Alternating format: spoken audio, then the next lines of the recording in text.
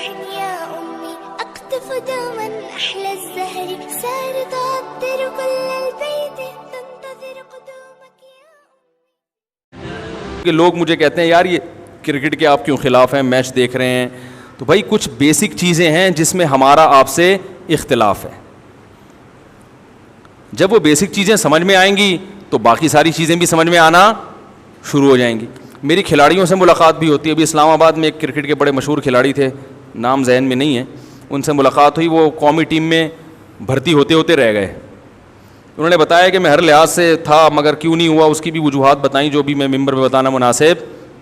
بولو بھائی نہیں سمجھتے کہ وہ انہوں نے کہا کہ ٹیم کا جو آج کل سیٹ اپ چل رہا ہے نا وہ میرٹ کی بیسس پر نہیں ہے, اس میں بھی چچا ماموں خالہ بھتیجے یہ چلتا ہے وہاں پہ.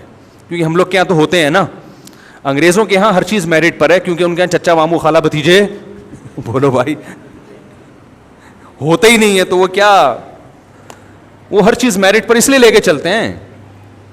تو ہمارے ہاں تو بھائی خاندانی لحاظ سے سیاست چلتی ہے. وہ اب فلاں آئے تو اب اس کا ماموں آئے گا اگلی دفعہ الیکشن میں, وہ پھر اس سے اگلی دفعہ ان کا داماد آ جائے گا, پھر بہنوئی آ جائے گا. تو یہ ہمارے یہاں تو کیونکہ ہوتے ہیں نا, کیا خیال ہے بھائی, ان کے یہاں ہوتے ہی نہیں ہے تو ان کے یہاں یہ سیٹ اپ ہی نہیں ہے. تو جب بھی میری کسی کھلاڑی سے ملاقات ہوتی ہے نا جو بین الاقوامی سطح پہ کھیل رہے ہوں, جو دین کی طرف آ گئے ہوں, میں ان سے کہتا ہوں بھائی میں یہ تو نہیں کہتا آپ یہ کھیل فوراً چھوڑ دیں, یہ تو آپ خود فیصلہ کرو, لیکن اپنے آپ کو کسی مفید کام میں لگاؤ, اس لیے کہ آخرت میں ہم سے ہمارے ایک ایک عمل کے بارے میں بولو بھائی حساب لیا جائے گا. جس کا یہ نظریہ ہے وہ کرکٹ کے لمبے لمبے میچز میں ان کو دیکھ کر اپنے قیمتی اوقات کو برباد نہیں کرے گا. اور جس کا یہ نظریہ ہی نہیں ہے تو وہ تو کہے گا یار قوم انجوائے کر رہی ہے, لوگ دیکھ رہے ہیں, لوگ اچھل رہے ہیں, کود رہے ہیں, کلا بازیاں کھا رہے ہیں, تھوڑا سا ڈپریشن ختم ہو رہی ہے, تو ان کو پتہ نہیں کیوں تکلیف ہو رہی ہے. کیا خیال ہے بھائی, وہ کہیں گے ان کو پتہ نہیں کیوں تکلیف ہو رہی. بھائی اگر مرنا ہے اور ہمیں ایک مقصد کے لیے پیدا کیا گیا ہے, ایک ہدف دے کر پیدا کیا گیا ہے, تو آپ اس ویژن کو سامنے رکھ کر زندگی گزارو. جو چیز اس ویژن تک پہنچنے میں رکاوٹ بن رہی ہے آپ اس کو اپنی زندگی سے نکالو. جب کوئی ویژن ہی نہیں ہے, ویژن ہی لائف کو انجوائے کرنا ہے, تو صرف کرکٹ نہیں دیکھو میرے بھائی, پھر نائٹ کلبوں میں جا کے ناچ گانا بھی کرو. جب آپ کا ہدف ہی لائف کو انجوائے کرنا ہے تو پھر تو شراب بھی پیو, پھر تو سارے الٹے سیدھے کام کرو بھائی. اور اگر آپ کہتے ہو نہیں مذہب نے پابندی لگائی ہے شراب پینے پر, زنا کرنے پر, یہ بہت بڑی برائی ہے, تو مذہب تو آپ کو یہ بھی کہہ رہا ہے کہ ٹائم ویسٹنگ بھی کیا ہے اسلام میں. بولو بھائی غلط ہے. قد افلح المؤمنون 18ویں پاری کی پہلی آیت, تحقیق کامیاب ہو گئے مومن, الذین هم فی صلاتهم خاشعون, جو اپنی نمازوں میں خشوع پیدا کرتے ہیں, والذین هم عن اللغو معرضون, جو لغویات سے اعراض کرتے ہیں. مومن کی ایک صفت یہ ہے کہ وہ فضول اور لغو کاموں میں اپنے ٹائم کو ضائع نہیں کرتا. آپ کہہ سکتے ہیں کہ بھائی اس کا مطلب بالکل صوفی بن کے بیٹھ جائیں, کوئی کھیل تفریح ہی نہ ہو, لائف میں کوئی انٹرٹینمنٹ ہی نہ ہو, یہ تو بڑی پھیکی ہے, تو ڈپریشن کے مریض بن کے مر جائیں گے, ویژن تک تو ویسے بھی نہیں پہنچ پائیں گے. سوال سمجھ میں نہیں آ رہا, میرا خیال ہے آ رہا ہے بھائی الحمدللہ. تو بھائی اس معاملے میں بھی اسلام نے ہمیں گائیڈ کیا ہے, اس میں بھی ہمیں کسی اور سے پوچھنے کی ضرورت نہیں ہے. نبی صلی اللہ علیہ وسلم کی صحیح حدیث ہے, آپ صلی اللہ علیہ وسلم نے فرمایا الا کل لہو باطل الا ثلاث, ہر کے کھیل تماشا باطل ہے, ناجائز ہے, برا ہے, سوائے 3 کھیلوں کے. سوائے بولتے کیوں نہیں, 3 کھیلوں کے.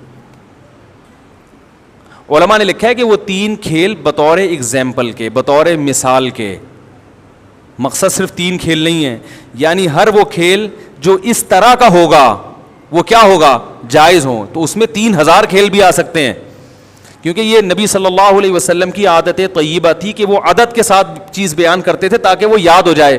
مقصد یہ نہیں ہوتا تھا کہ یہ اس عدد میں محصور ہے, صرف یہی ہے. اس پر تمام فقہا کا اجماع ہے کہ صرف 3 کھیل جائز نہیں ہیں, بلکہ ہر وہ کھیل جس میں یہ 3 کھیلوں والا معنی ہوگا وہ کھیل بھی کیا ہوں گے, جائز ہوں گے. فرمایا ملاعبۃ الرجل اہلہا، اپنی زوجہ کے ساتھ ہنسی مذاق کرنا.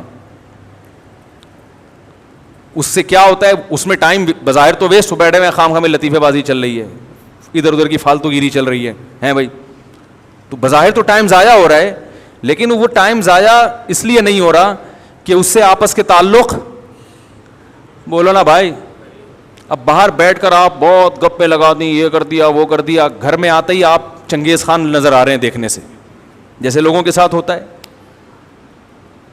بھائی ٹینشن دور کرنے کے لیے دوستوں کے ساتھ بیٹھا ہوا 1 گھنٹے ادھر ادھر کی پی ٹی آئی کے بارے میں بات، ٹیکس کے بارے میں، پھر آ گیا جے یو آئی کی طرف، یہاں سے ٹن مارا مسلم لیگ، ٹھیک ہے نا، ادھر سے آیا ملک کی پالیسی پہ، ابھی جو نئی پالیسی بن رہی ہے ایک معیشت کو کنٹرول کرنے پر، اس پہ کوئی تبصرہ کیا، اور پھر لطیفے ہو ہا ہا ہو، بڑا گپ شپ، جب بھی ذہن کو ریلیکس کرنا چاہتا ہوں.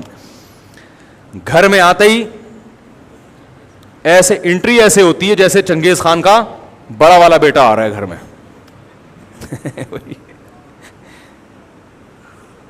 جو ٹینشن دور کرنی تھی وہ ساری باہر دور ہو گئی، اب بچا کچھ ہے ہی نہیں. تو آپ صلی اللہ علیہ وسلم نے اس میں فوکس کس کو کیا؟ زوجہ کو. اس کے ساتھ بیٹھ کے فالتو کی، نبی صلی اللہ علیہ وسلم لطیفے سنا کرتے تھے اپنی ازواج سے، حالانکہ آپ کا وقت کتنا قیمتی تھا. تو وہ کیونکہ اس کا فائدہ ہے، وہ ٹائم ویسٹنگ نہیں ہے، کیونکہ جتنا تعلق مضبوط ہوگا، فیملی سسٹم اتنا مضبوط ہوگا، بچوں کی تربیت اتنی اچھی ہوگی، پھر آپ کی باہر توجہ نہیں جائے.